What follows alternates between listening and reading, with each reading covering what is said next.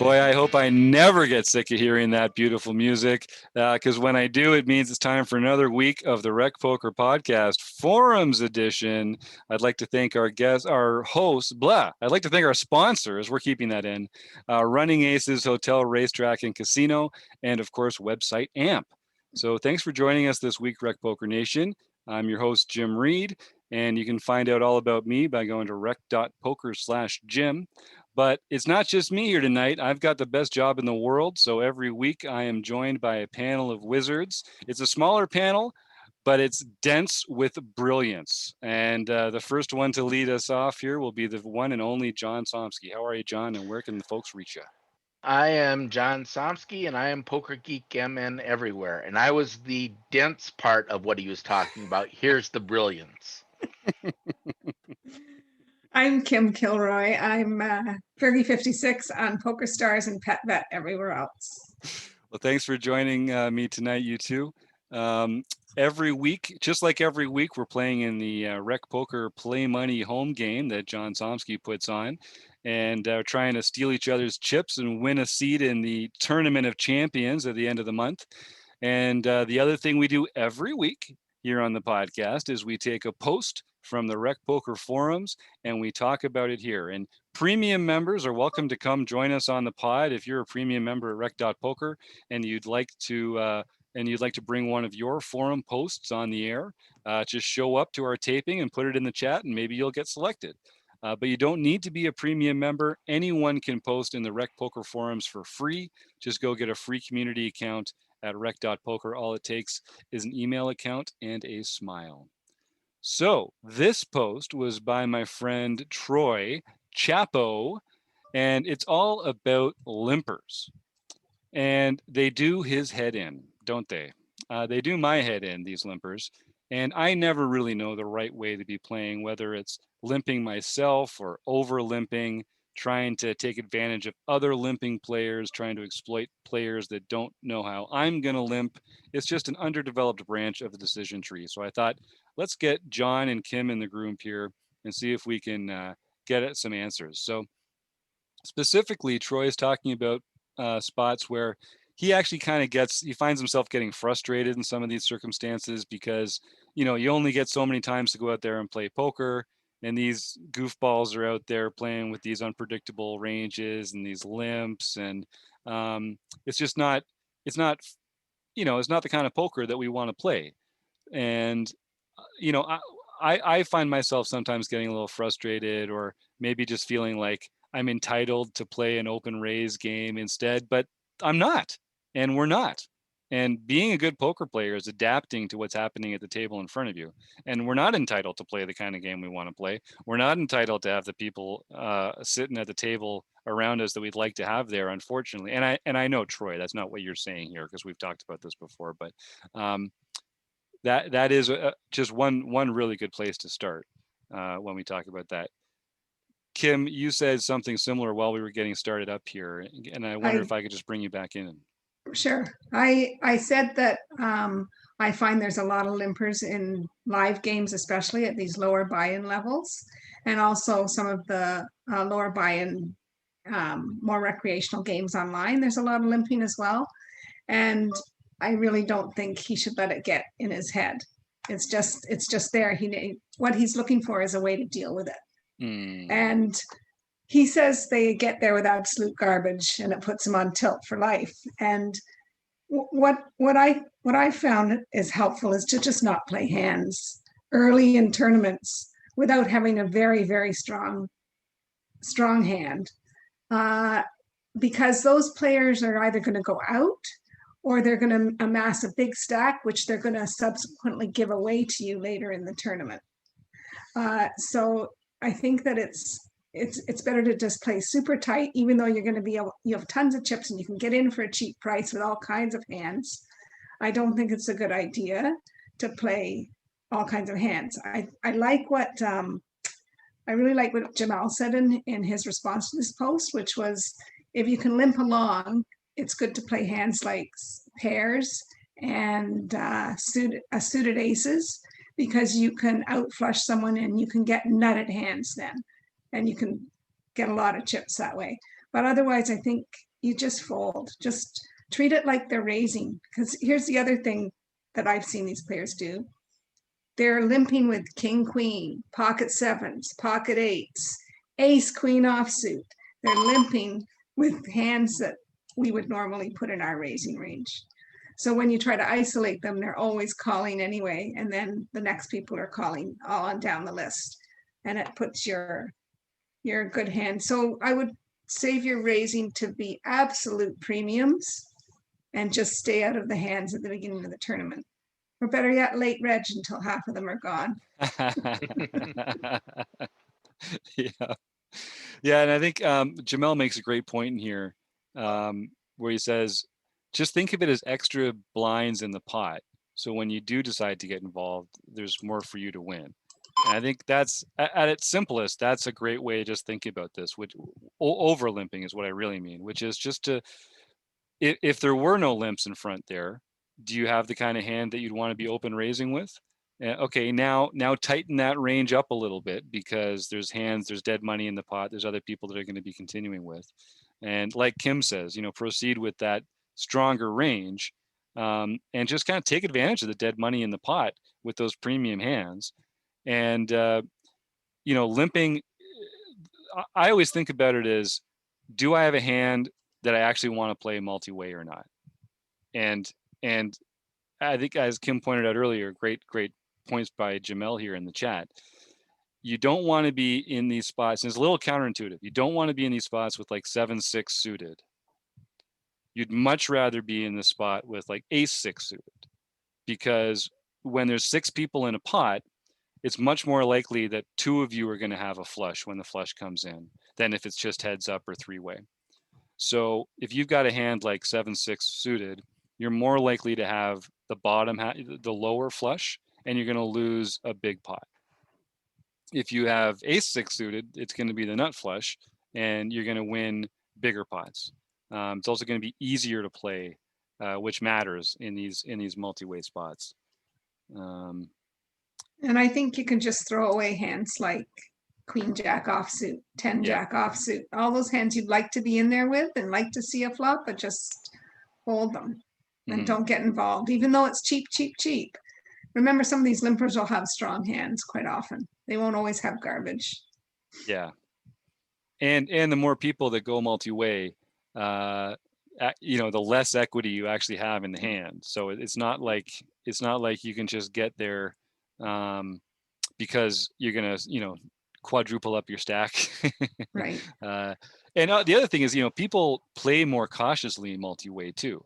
So it's not like multi-way pots always end up with a big pot, because usually people they under bluff in multi-way pots. It's usually going to be like a value hand versus a value hand, and you just don't want to be in that spot with one of those second best hands. Right. Yeah. And now in the free Jatton course that we took a little while ago, that was one point of revelation for a lot of folks. I think the idea that if you're sitting on the cutoff with 7-6 of clubs and you get a few limps in front of you, the natural inclination is just to limp over top and try and see a cheap flop. But there was some very persuasive arguments in that course that 7-6 suited actually plays a lot better as an isolation raise there to get heads up with good board coverage. And they'd be rather calling with hands like the small pocket pairs, the suited aces, maybe some very high suited Broadway that can be the best hand, not the second best hand when you get into those multi-way spots. Yeah, that was a really good point in that one. Mm-hmm. Yeah.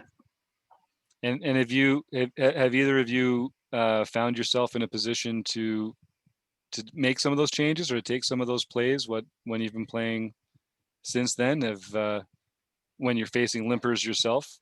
Yeah, I'm just trying to do what they were saying about using it as a raising hand later in a tournament, as well, like versus one player, so that it's good. It's a good raising hand versus one player, but not a good calling hand because you can get over flushed with it. Yes. Right. Yep. Great example. Or early, whatever it was. Yeah. Yeah. So you mean instead of calling in position, like instead of cold calling a 2-bet, you mean like 3-betting it or Yes. pre-flop? Yeah, I like Yeah. that. Yeah, for the Yeah. same reason, right? Yeah. Yeah. Yeah, exactly. And I know, I mean, not related specifically to just limping, but in general, Fareed mentioned making sure that your raise sizes were big enough to get the job done. And I Mhm. have increased some of my raising sizes since then, and it does seem to help. Mhm. Yeah, Mhm. and that's one thing that I think we could all be more thoughtful about, because it may seem as though our villains who are limping, it may seem as though they are inelastic to the sizing of our raises, but I assure you they are not. We have just not gotten courageous enough in the sizes that we've chosen. So if you're playing in a game and you're saying, well, 4 people limp, I raise at 8x and they all call, okay, try raising it 12x, try raising it 15x, try raising it 20x. And like, it sounds ridiculous, but I've played in games where it goes limp, limp, limp. I go 20x and I get 2 calls. So the problem isn't that players are playing in this way. The problem is that we're not adapting to play against that. And sizing is going to be a big part of it. Sizing and range construction are so important to everything we do. But in this in particular, I feel like it's something where you got to be really thoughtful about the hand strength that you're choosing. Is this a player where blockers matter? Is this a field where I can even get heads up without shoving? Try shoving. Like they call it no limit for a reason. Kim, do you have some takes on sizing? Well, kind of back to Troy's post. If you have a hand that you do want to raise against Mm, a bunch of limpers, then he's got to do exactly what you said and make it really hurt to call. So if there's still 100 big blinds deep, he's got to make it like 20 big blinds. yeah. It's just got to be a significant raise. And You it's know, gonna attract some attention, because people are gonna think like, what the heck is this guy doing? Um, and you do need to kind of calibrate it too, right? Like, when you play in the games more regularly, you'll get a sense of, okay, I went up to 12 last time, I still got all these calls. Okay, I went up to 15 or 16 that time, I still got a bunch of calls.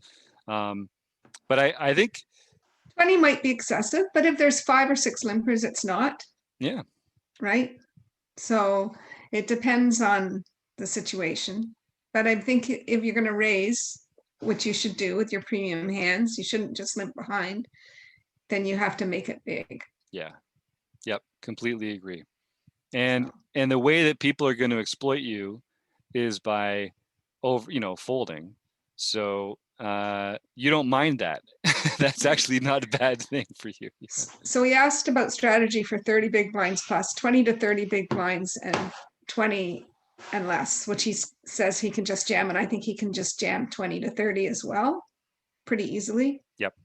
Um, and the 30 plus, then it should be, I think you can still jam 30, but, and even 40 they were talking about in our course that you Yeah, can jam. Once you get above 40, 50, then I think you're looking at a big raise. and the So, key is you need to have enough back after your raise that you still have a meaningful bet remaining. So if you have 30 big blinds, you can't raise it to more than 10, because you'll only have 20 back and there'll be over 20 in the pot if you get called by one person. So it actually is better to just have that as a shove and pick up some chips, man. Like it's exactly, there's nothing wrong with that. And we got a good comment here from Roger saying that in the nightly home game, I've noticed more limping taking place later and on the final table.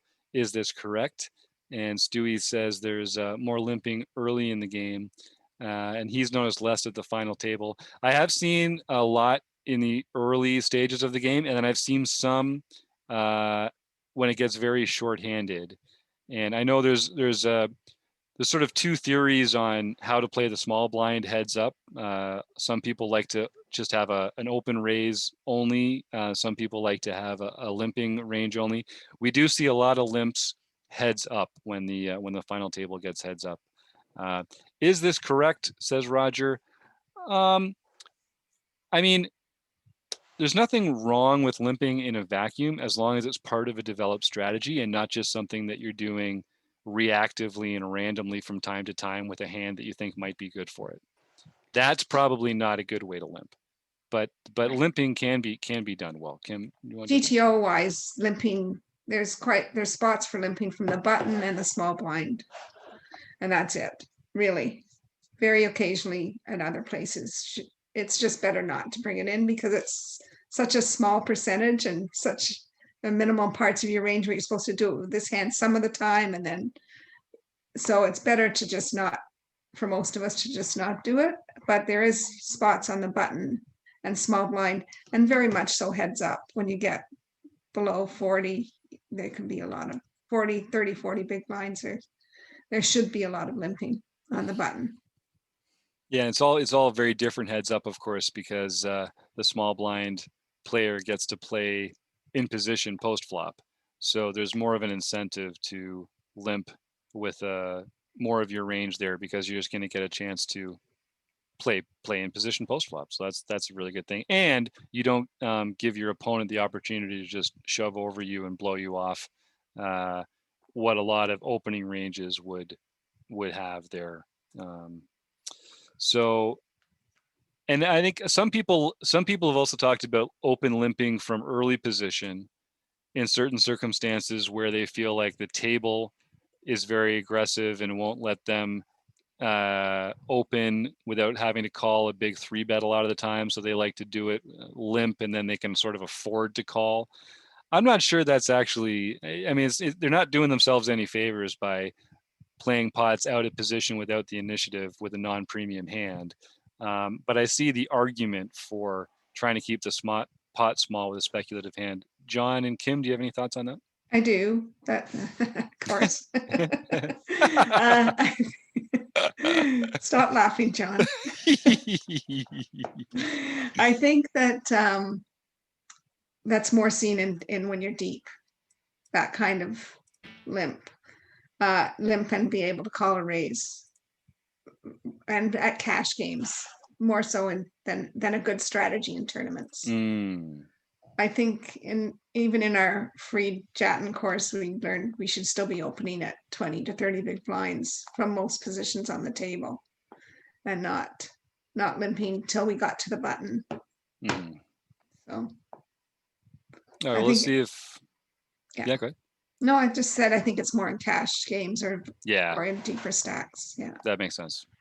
All right, let's see if our friend Jonathan Little has anything interesting to say about limping, and then we'll come right on back. Have you ever wondered whether you should call a preflop raise or 3-bet instead? That's not about What do you do when limping. you have a flush draw? Do you raise it or do you just call? What do you do with ace-king when you miss the flop? No, we're asking about limps. Are you tired of guessing about what the right play is with your particular hand? Well, my name is Jonathan Little, and I am a 2-time World Poker Tour champion and creator of PokerCoaching.com, where we offer over 1,000 interactive hand quizzes where you play a hand and then get real-time feedback from our world-class pros. Don't guess and don't stress. Just register for your free account at PokerCoaching.com/recpoker right now. Yeah, that's right. Head on over to rec.poker/resources. There's a couple links there to pokertraining.com. Jonathan Little, great poker mind, great friend of the show. Thank you for your time. So, limping. I still don't think, I'm never going to be someone who open limps. I'm just not. I can see it heads up from approaching the small blind. Although I just feel like my natural play is to be more of an open raiser person. I just feel like that's more who I am in my heart. So I don't feel like I'm going to be developing an open limping range. Although academically, I'm really interested in it. It seems like such a cool, elegant part of the strategy to balance. But over limping is something that everybody has to deal with, and it's something that we really should put some thought into how we're going to handle other people limping.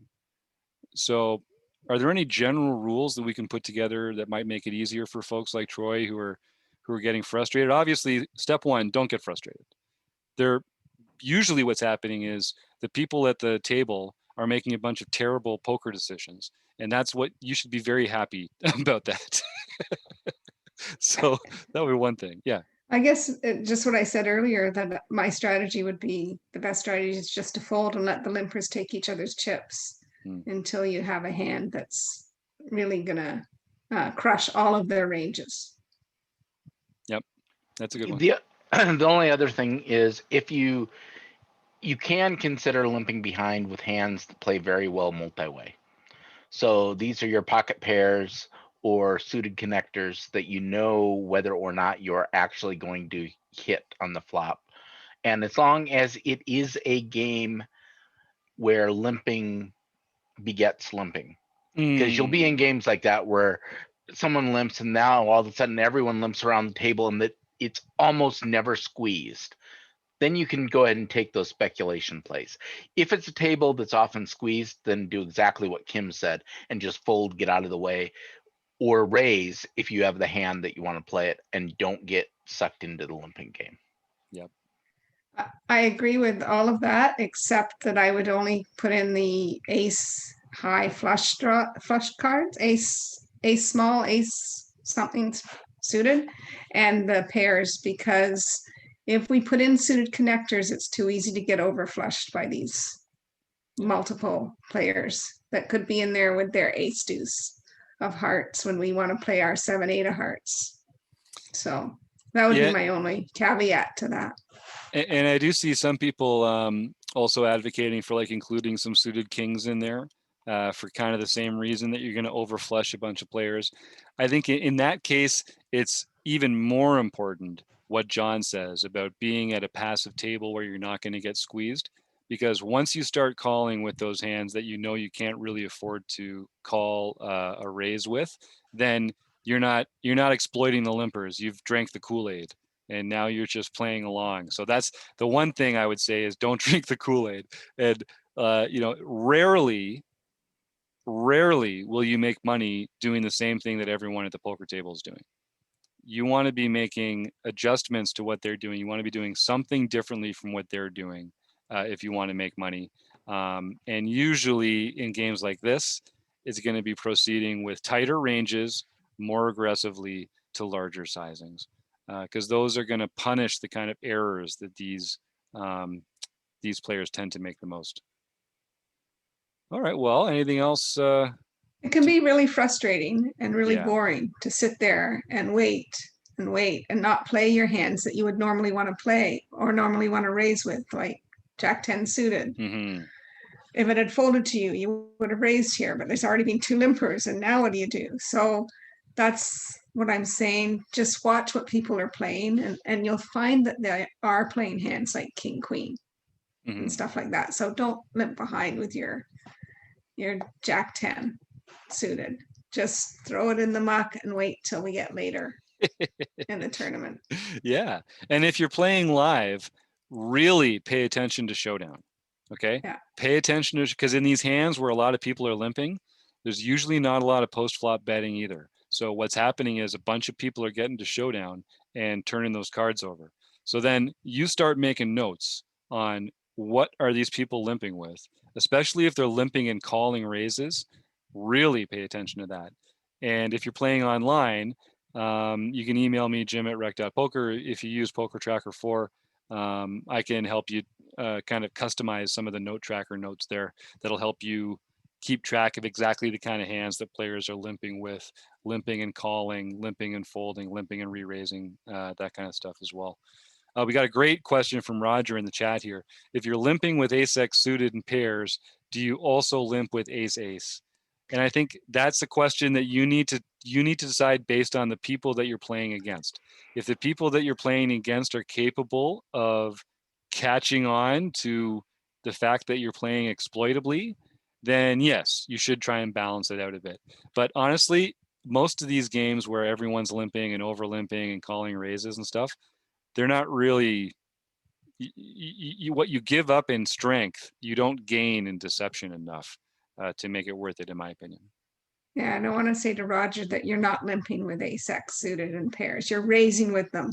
You're over limping with those hands. Good point. Right? Great point. Yeah. So you're not limping with those hands. Don't become one of those. Don't drink the KoolAid. And yeah, that's because there is a really big difference between over limping and being the open limper. Right. And Yep. it does matter. And again, there are spots we talked about here in the small blind or maybe on the button when stacks get down where you could start open limping strategically. But for the most part, yeah, you got it. Roger says message received. All right. Well, I mean, listen, limping is a tough subject. We could do a whole seminar just on limping, and those rec poker seminars get to be 3 or 4 hours. Yeah, Kim. I have a feeling that it's going to be part of the future game Me too. tree. Me too. Because there has to be another part of poker that people go to. Yep. But Yep. it'll be a whole thing of limp raise, limp fold, limp call, and it'll be a whole nother part of the game tree. Only a matter of time. It seems like I'm always like about two waves behind. So whatever people are learning now, I haven't gotten to the last thing they learned. I'm on the one before that. Maybe you're just a cycle ahead, and we haven't caught up to the retro version of what you're learning. No, I'm trying, John. I'm trying so hard. It's just not working. Nope, I think you're right. but there is a cycle to this. I remember 10 years ago, limping was just this thing that only idiots did. And it was clear that you were never a thoughtful player if you limped. And I remember thinking at the time, like, that doesn't make any sense. Like I remember Nate Mavis on the Thinking Poker podcast saying, it's very difficult to balance limping ranges effectively. And I remember thinking like, yeah, that's the way to say it. It's not the problem is it's difficult to do it effectively, but it's definitely an effective strategy. And listen, if you want to go to the trouble of figuring out a balanced limping range that can limp and call and limp and fold and limp and re-raise with a balanced, unpredictable way to do it, I mean, you're going to have a lot of fun. Like that's the kind of nerdy academic project that I would have a lot of fun doing. But at the end of the day, you're just better off. It's just have an open raising range and just don't worry about those weird spots like that you don't make enough on them to make it worth your time and effort drilling down into it. And you're still going to be exploited. If you want to study limping, study it in heads up poker. That's all I would have to say. Yep. I like it. Well, on that note, I would like to thank Chappo for writing that awesome post and Jamel for putting some really good thoughts into the forums there. Roger and Stewie, thanks for joining us tonight. And John and Kim, thanks for being on the panel. We'll see all y'all again sometime soon.